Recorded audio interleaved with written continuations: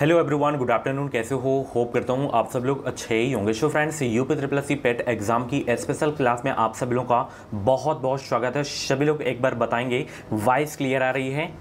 सभी लोग कमेंट में बताएंगे यस नो। क्लास को स्टार्ट किया जाए। चलिए, वॉइस क्लियर आ रही है। एक बार फिर से सभी को गुड आफ्टरनून। और भी जो क्लासेस हो गई हैं प्लेलिस्ट में आप लोग जाके देख सकते हैं। प्लेलिस्ट में आपको सारी की सारी क्लासेस मिल जाएंगी एंड एग्जाम पैटर्न, सिलेबस का वीडियो एंड प्रीवियस पेपर्स के वीडियोस भी आपको वहाँ पे मिल जाएंगी।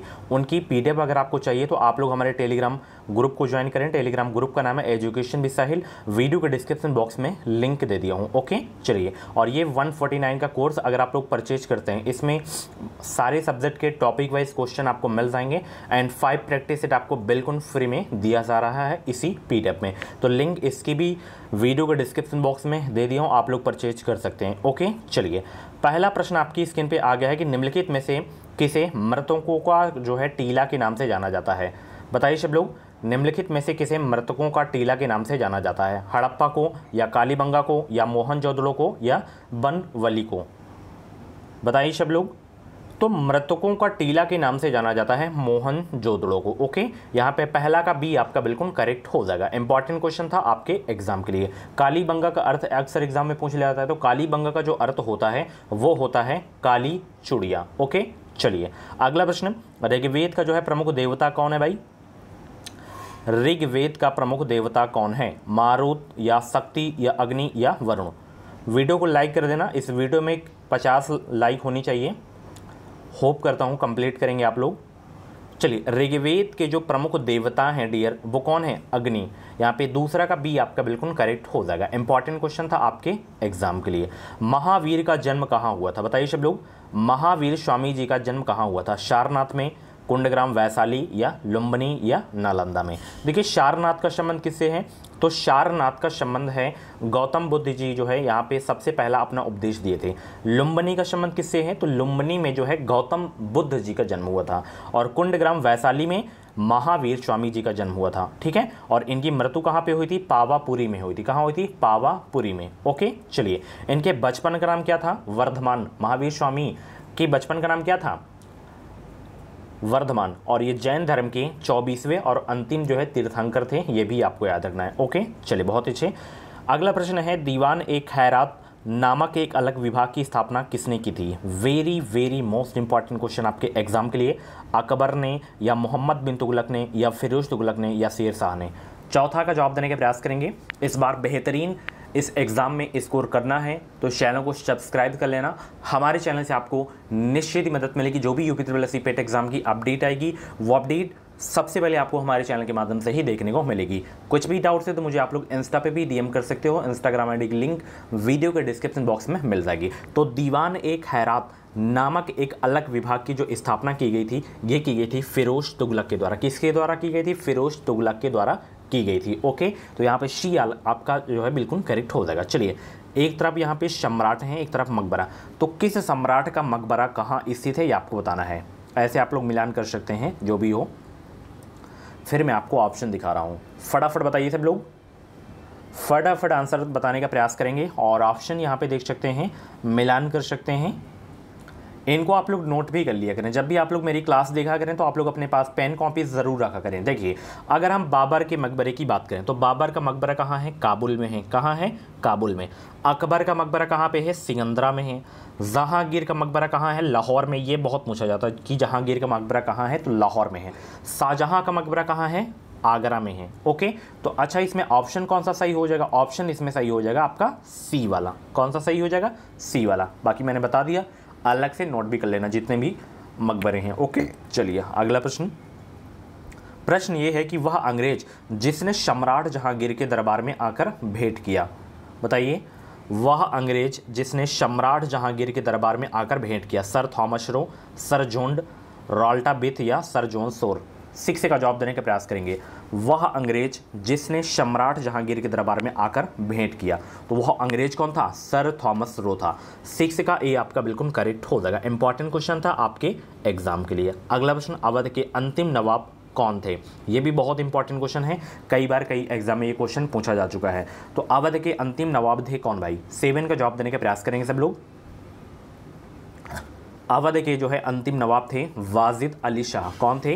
वाजिद अली शाह अवध के अंतिम नवाब थे। 7 का सी आपका बिल्कुल करेक्ट हो जाएगा। अगला प्रश्न है कि मेरे शरीर पर पड़ी एक एक लाठी की चोट ब्रिटिश साम्राज्य के ताबूत की एक एक कील सिद्ध होगी, किस नेता ने कहा था? बीजी तिलक ने, लाला लाजपत राय ने, विपिन चंद्रपाल ने या अरविंद घोष ने? 8 का राइट आंसर क्या होगा? कमेंट बॉक्स में जवाब देने का प्रयास करेंगे और जितने भी क्वेश्चंस आपके करेक्ट हुआ करें कमेंट बॉक्स में अपना नाम और स्कोर ज़रूर से ज़रूर आप लोग बताया करें।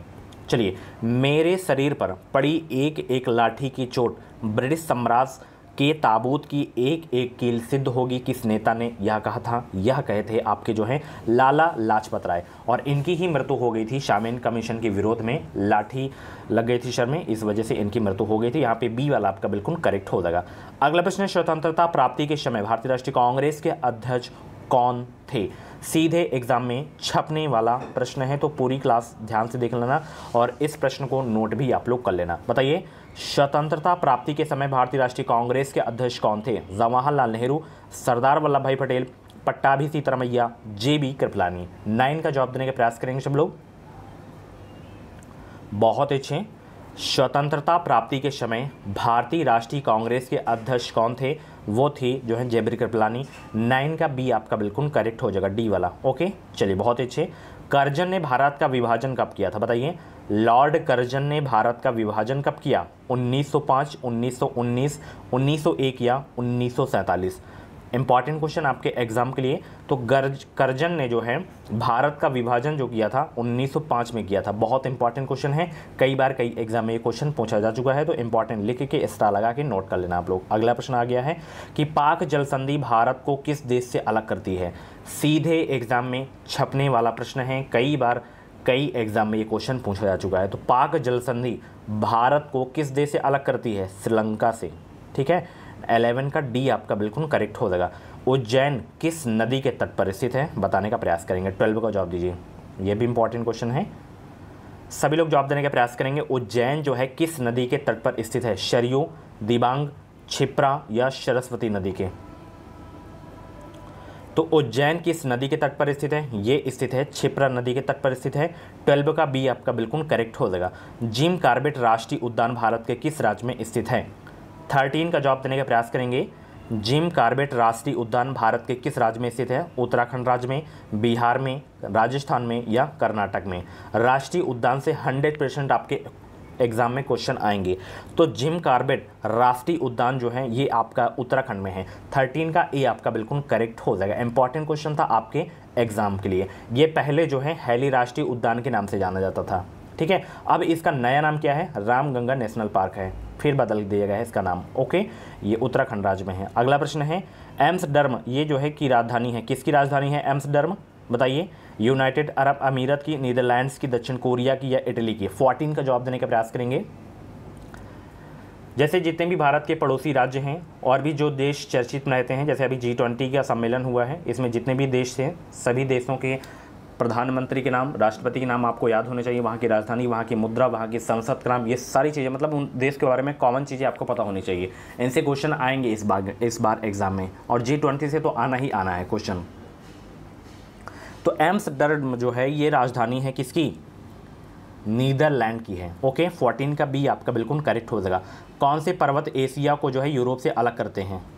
15 का जवाब देने का प्रयास करेंगे। कौन से पर्वत एशिया को यूरोप से अलग करते हैं? हिमालय, यूराल, एंडीज या रॉकी? कौन से पर्वत एशिया को यूरोप से अलग करते हैं? तो वो है आपका यूराल। 15 का सी आपका बिल्कुल करेक्ट हो जाएगा। GST काउंसिल की अध्यक्षता कौन करता है? GST काउंसिल की अध्यक्षता कौन करता है? RBI गवर्नर, सेबी के अध्यक्ष या प्रधानमंत्री या केंद्रीय वित्त मंत्री? राइट आंसर क्या होगा? जवाब देने का प्रयास करेंगे। GST काउंसिल की अध्यक्षता कौन करता है? तो 16 का डी आपका बिल्कुल करेक्ट हो जाएगा, केंद्रीय वित्त मंत्री। चलिए, सेंट्रल फाइनेंस मिनिस्टर। ओके, वाणिज्यिक बैंकों का राष्ट्रीयकरण कब हुआ था? वाणिज्यिक बैंकों का राष्ट्रीयकरण कब हुआ था? 1947, 1969, 1956 या 1985? तो वाणिज्यिक बैंकों का जो राष्ट्रीयकरण हुआ था ये हुआ था 1969 में। RBI का अक्सर एग्जाम में पूछा जाता है, तो RBI का हुआ था 1949 में। ठीक है, और 1935 में RBI की स्थापना हुई थी। इसकी डेट भी पूछ ली जाती, 1 जनवरी 1 जनवरी और इसका 1 अप्रैल। ओके चलिए, CRR का असंक्षिप्त रूप क्या है, यानी कि C हो गया, RRR हो गया, तो इसका फुल फॉर्म क्या है ये आपको बताना है। फटाफट 18 का जवाब देने का प्रयास करेंगे। तो C का मतलब होता है कैश, R का मतलब होता है रिजर्व एंड R का मतलब होता है रेशियो, यानी कि नगद आरक्षित अनुपात। क्या होता है? नगद आरक्षित अनुपात। ओके, यहाँ पे आपका जो है B वाला बिल्कुल करेक्ट हो जाएगा। बहुत अच्छे। वीडियो को यार लाइक नहीं करते हो आप लोग, लाइक कर दिया करो, कम से कम 50 लाइक तो इस क्लास में होनी चाहिए। चलिए अगला प्रश्न, प्रधानमंत्री जन धन योजना की शुरुआत किस वर्ष की गई थी? बताइए सब लोग, प्रधानमंत्री जन धन योजना की शुरुआत किस वर्ष की गई थी?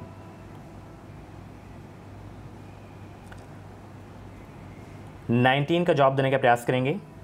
2014 में की गई थी। ओके, 19 का बी आपका बिल्कुल करेक्ट हो जाएगा। अगला प्रश्न है, आर्थिक कार्यों के क्षेत्रक मुख्यतः कितने भागों में बटे हुए हैं? 1, 3, 2, 4। कितने भागों में बटे हुए हैं आर्थिक कार्यों के क्षेत्रक? बताइए सब लोग। बहुत अच्छे। चैनल को सब्सक्राइब ज़रूर कर लेना, जितने भी लोग नए हैं हमारे चैनल से आपको निश्चित ही मदद मिलेगी।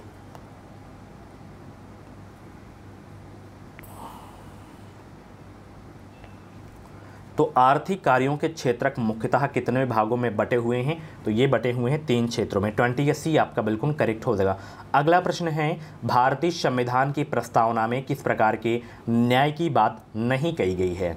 लोकतांत्रिक, आर्थिक या सामाजिक या राजनीतिक? बहुत अच्छे, सभी लोग जवाब देने का प्रयास करेंगे भाई।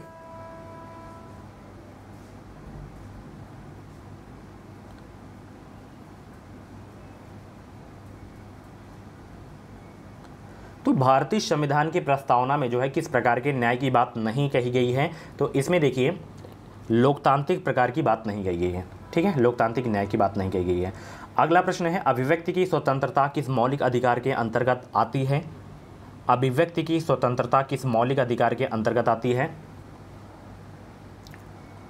तो ये स्वतंत्रता के अधिकार के अंतर्गत आती है। 22 का बी आपका बिल्कुल करेक्ट हो जाएगा। निम्नलिखित में से कौन से भारतीय संसद के संगठक हैं? बताइए। 23 का जवाब दीजिए। निम्नलिखित में से कौन से भारतीय संसद के संगठक हैं? तो इसमें तीनों हैं, राष्ट्रपति भी, लोकसभा भी, राज्यसभा भी। आपका डी वाला बिल्कुल करेक्ट हो जाएगा। अगला प्रश्न आपकी स्क्रीन पे, भारत में उच्च न्यायालय की मुख्य न्यायाधीश बनने वाली पहली जो है महिला कौन है? बताइए। उच्च न्यायालय की मुख्य न्यायाधीश बनने वाली पहला महिला जो है कौन है? सॉरी, तो वो है लीला सेठ। ओके, और सुप्रीम कोर्ट का पूछे तो फातिमा बीबी। यहाँ पे आपका जो है 24 का सी आपका बिल्कुल करेक्ट हो जाएगा। बहुत अच्छे। किसी राज्य के राज्यपाल के रूप में नियुक्ति के लिए जो है भारत के संविधान द्वारा निर्धारित न्यूनतम आयु कितनी है? 21 साल या 30 साल या 25 साल या 35 साल?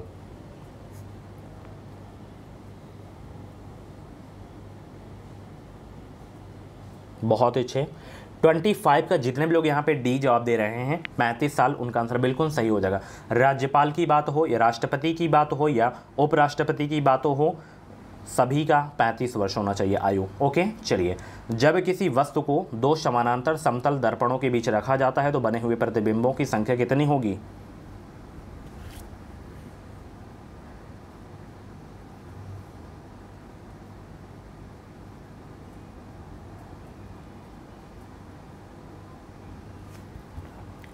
तो कितनी संख्या होनी चाहिए? 26 का जो है आपका डी वाला अनंत। ओके चलिए, बहुत अच्छे। अगला प्रश्न आपकी स्क्रीन पे आ गया है, सभी लोग जवाब देने का प्रयास करेंगे। निम्नलिखित में से कौन सा अम्ल चींटी के डंक में पाया जाता है? 27 का जवाब दीजिए सब लोग। चींटी के डंक में जो है कौन सा अम्ल पाया जाता है? तो वो पाया जाता है मेथेनोइक अम्ल। इसे फार्मिंग अम्ल के ही नाम से ही जाना जाता है। ओके ना, चलिए बहुत अच्छे। अगला प्रश्न, निम्नलिखित में से किस अम्ल को जो है अम्लों का राजा कहा जाता है?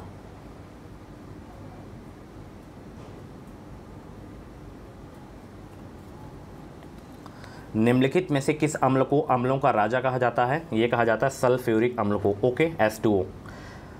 कवकों के अध्ययन को क्या कहा जाता है? कवकों के अध्ययन को क्या कहा जाता है? इसे कहा जाता है mycology. Okay, very important question था। निम्नलिखित में से कौन सा जल में घुलने वाला विटामिन है? 30 का जवाब देने का प्रयास करेंगे भाई।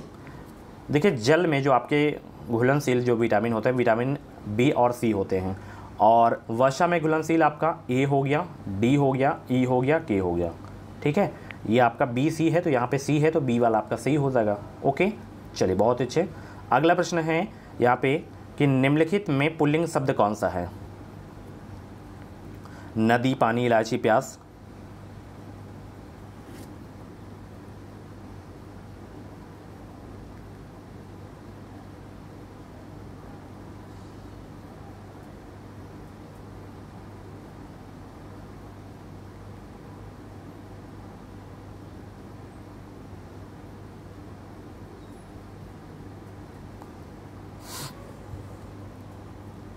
तो पुल्लिंग शब्द इसमें डियर आपका है पानी। ओके तो यहाँ पे बी वाला आपका बिल्कुल करेक्ट हो जाएगा। कपटी मित्र के लिए सही मुहावरा क्या है?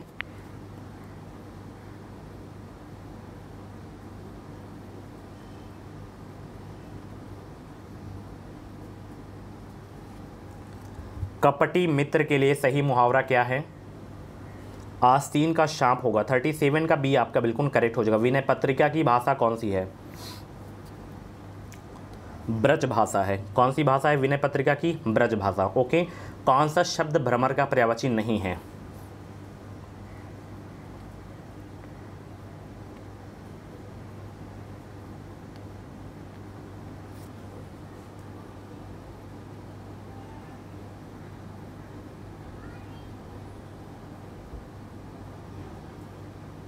बहुत अच्छे।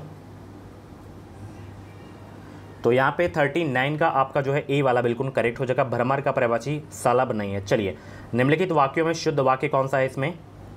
40 का जवाब दीजिए सब लोग। श्री कृष्ण के अनेकों नाम हैं। भगवान श्री कृष्ण के अनेकों नाम उल्लेख मिलता है। श्री कृष्ण को अनेकों नामों से पुकारा जाता है। श्री कृष्ण के अनेक नाम हैं। तो यहाँ पे आपका शुद्ध वाक्य ये है। ओके चलिए। हरिप्रसाद चौरसिया क्या बजाने के लिए जाने जाते हैं? बताइए सब लोग। हरिप्रसाद चौरसिया क्या बजाने के लिए जाने जाते हैं? तो ये जाने जाते हैं बांसुरी बजाने के लिए। ओके यहाँ पे 61 का सी आपका बिल्कुल करेक्ट हो जाएगा। कई बार कई एग्जाम में ये क्वेश्चन पूछा जा चुका है। अगला प्रश्न ये है द्वीप क्षेत्रों सहित भारत के समुद्र तट की अनुमानित लंबाई कितनी है? तो अगर हम अनुमानित लंबाई की बात करें तो 7516 किलोमीटर है। पॉइंट में भी लगा देना 6। ओके चलिए। आसियान का सदस्य कौन सा नहीं है? अंतर्राष्ट्रीय संगठन से क्वेश्चन आना ही है। तो जितने भी अंतर्राष्ट्रीय संगठन हैं उसमें कौन कौन से देश शामिल हैं, उसकी स्थापना कब हुई, उसका मुख्यालय कहाँ पे है, नया सदस्य कौन सा है। ठीक है ये चीज़ें आपको पता होनी चाहिए। इसमें चीन नहीं आपका। ठीक है चलिए। बीसी राय पुरस्कार किस क्षेत्र में दिया जाता है? बीसी राय पुरस्कार किस क्षेत्र में दिया जाता है? तो ये दिया जाता है चिकित्सा के क्षेत्र में। ओके ना चलिए बहुत अच्छे। निम्नलिखित में से दुनिया का सबसे छोटा पक्षी कौन सा है? बताइए सब लोग। दुनिया का सबसे छोटा पक्षी कौन सा है?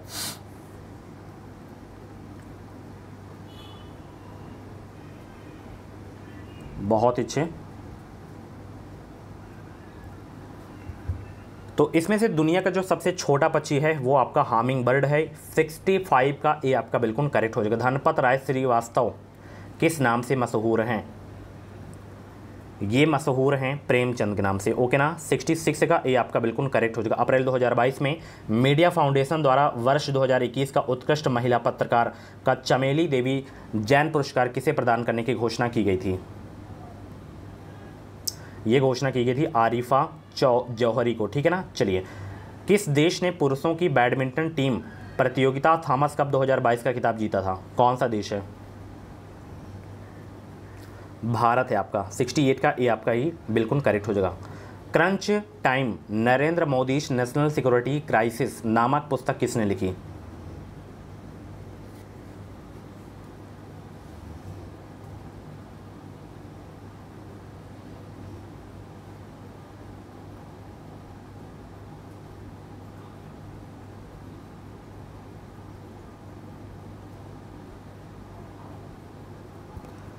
तो यहाँ पे जो है ये पुस्तक किसने लिखी? तो यहाँ पे पुस्तक लिखी है डॉक्टर श्रीराम चौलिया ने। ओके चलिए। पृथ्वी दिवस कब मनाया जाता है? बताइए सब लोग। 70 का जवाब दीजिए। तो पृथ्वी दिवस मनाया जाता है 22 अप्रैल को। ओके सो फ्रेंड्स, ये थी आज की क्लास। कैसी लगी क्लास कमेंट बॉक्स में अपना फीडबैक ज़रूर देना, और ऐसी ही डेली क्लासेस देखने के लिए चैनल को सब्सक्राइब ज़रूर कर लेना। Thank you so much. 50 like ज़रूर पूरी कर देना आप लोग। Okay, thanks for watching, bye bye, take care.